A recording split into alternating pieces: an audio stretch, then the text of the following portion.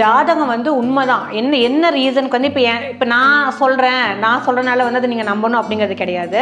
ஒரு ஜென்ரல் ஒரு ஆஸ்பெக்டில் உங்களுக்கு வந்து ஸ்பேஸ் அண்ட் டைமை நீங்கள் பிலீவ் பண்ணுறீங்களா? அதாவது என்னென்னா விண்ணுலகம் நேரத்தை வச்சு தான் எல்லாமே பேஸ் பண்ணுது போயிட்டுருக்கு அப்படிங்கிறது உங்களுக்கு தெரியுதா இல்லைங்களா? காலையில் வந்து சூரியன் உச்சோடனே வெளிச்சம் வருது உங்களுக்கு, நைட்டு வந்து உங்களுக்கு சந்திரன் வந்தோடனே நைட் இருள் ஆகுது இல்லைங்களா? இதை நீங்கள் வந்து கண் கூட உங்களோட இந்த நேச்சர் அப்படிங்கிற விஷயத்தை நீங்கள் வந்து நம்புறீங்களாங்க சார்? நீங்கள் நம்புறேன் இல்லைங்களா?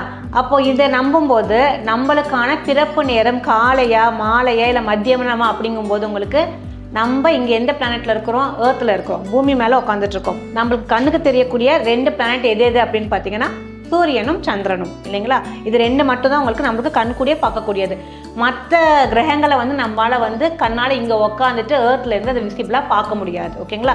இப்போ இதை 2ம் சயின்ஸில் என்ன சொல்லுவாங்கன்னா லூமினரிஸ்ன்னு சொல்லுவாங்க. அதாவது என்ன, சூரியனும் சந்திரனும் வந்து ஒளி கதிரை கொடுக்கக்கூடிய அந்த 2 பிளானட் தான் நம்மளுக்கு இருக்குது. ஓகேங்களா?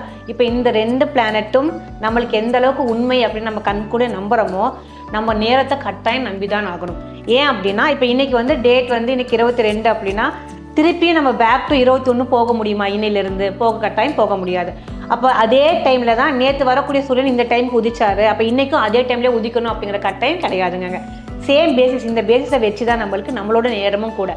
இப்போ நம்ம வந்து மே மாதத்தில் நம்ம பிறந்திருக்கோம், மே மாதம் 24 நம்ம பிறந்திருக்கோம் அப்படின்னா அது ஒரு 1988 நம்ம பிறந்திருக்கோம் அப்படின்னா அதே 1989 சூரிய பகவான் அதே மாதிரியே உதிப்பார், சந்திரன் அதே மாதிரியே வருவார் அப்படிங்கிறது நம்மளால் கட்டாயம் சொல்ல முடியாது. சைக்கிள் உங்களுக்கு ஓடிட்டே தான் இருக்கும்.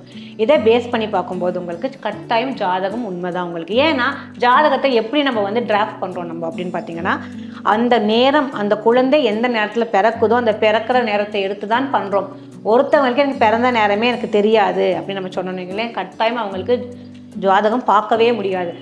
எனக்கு வந்து நேரமே தெரியலைங்க, என் ஜாதகத்தை பற்றி நான் தெரிஞ்சுக்கணும், கட்டாயம் தெரிஞ்சுக்க முடியாது. அப்போ அந்த நேரம் காலம் தெரிஞ்சால் மட்டுமே உங்களோட ஜாதகத்தை நம்ம வந்து ப்ரெடிக்ட் பண்ண முடியும். இப்போ டெக்னாலஜிலாம் நிறைய வந்துருச்சு. ஆரம்பத்தில் என்ன பண்ணோம், இந்த மாதிரி வந்து டைமிங் எல்லாம் வந்து தெரியலை அப்படின்னா ஜாதகமே பார்க்க முடியாதுங்க சார், உங்களோட விதியே அவ்வளோதான் அப்படிங்கிறத நம்ம சொல்லி இப்போ எனக்கு நிறைய கிளைண்ட்ஸ் வராங்க, நம்ம சொல்லிடுறோம்.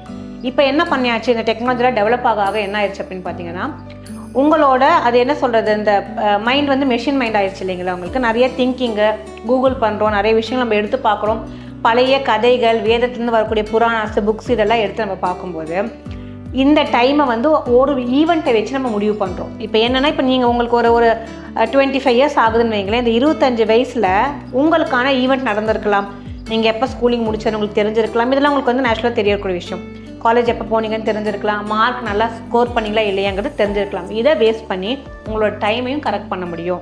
எனக்கு டைமே தெரியலை, ஆனால் நான் இந்த டேட்டில் பிறந்திருக்கேன் அப்படின்னு தெரியுது, காலையில் பிறந்த மாதிரி இருக்குதுன்னு சொன்னாங்க. அப்படிங்கும்போது கட்டாயம் நம்ம வந்து உங்களோட ஈவெண்ட்ஸை, பாஸ்ட் ஈவெண்ட்ஸை பேஸ் பண்ணி நம்ம எடுக்கலாம். கொஞ்சம் டைம் ஆகும் எடுக்கிறதுக்கு, ஒர்க் பண்ணுறது கொஞ்சம் டைம் ஆகும், பட் கட்டாயமாக எடுக்கலாம். ஸோ இதை எடுக்கும்போது உங்களுக்கு ஒரு 10 விஷயம் சொல்கிறேன், உங்களோட குவாலிட்டிஸை பற்றி சொல்கிறேன், உங்களோட நேச்சரை பற்றி நான் சொல்கிறேன்.